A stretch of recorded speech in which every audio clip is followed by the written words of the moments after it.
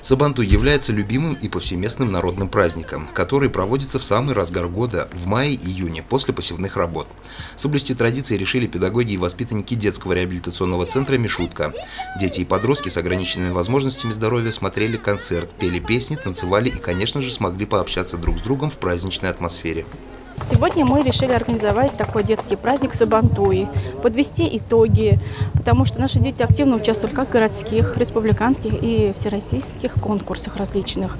Поэтому мы решили подарить им такой праздник, возможность вновь собраться, пообщаться, поиграть, потанцевать, посмотреть концерт и организовали чаепитие.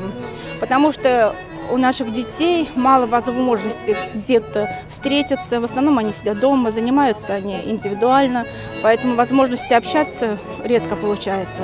В связи с этим мы стараемся частенько организовывать различные такие детские праздники.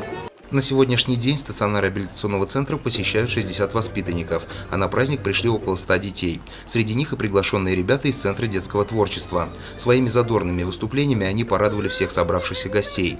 Цель таких народных традиционных праздников – доставлять радость детям, создавать атмосферу дружеской раскованности и сердечности.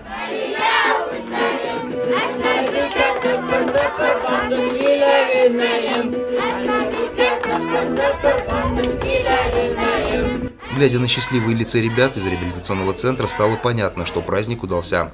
После концертных выступлений всех ожидали памятные подарки, а в завершении праздника подростки дружно собрались вокруг дымящегося самовара и угостились различными сладостями. Давид Фадеев, Альмира Ишкуватова, Радмир Исюнгов, Гульгина Раскильдина, телекомпания СТВ.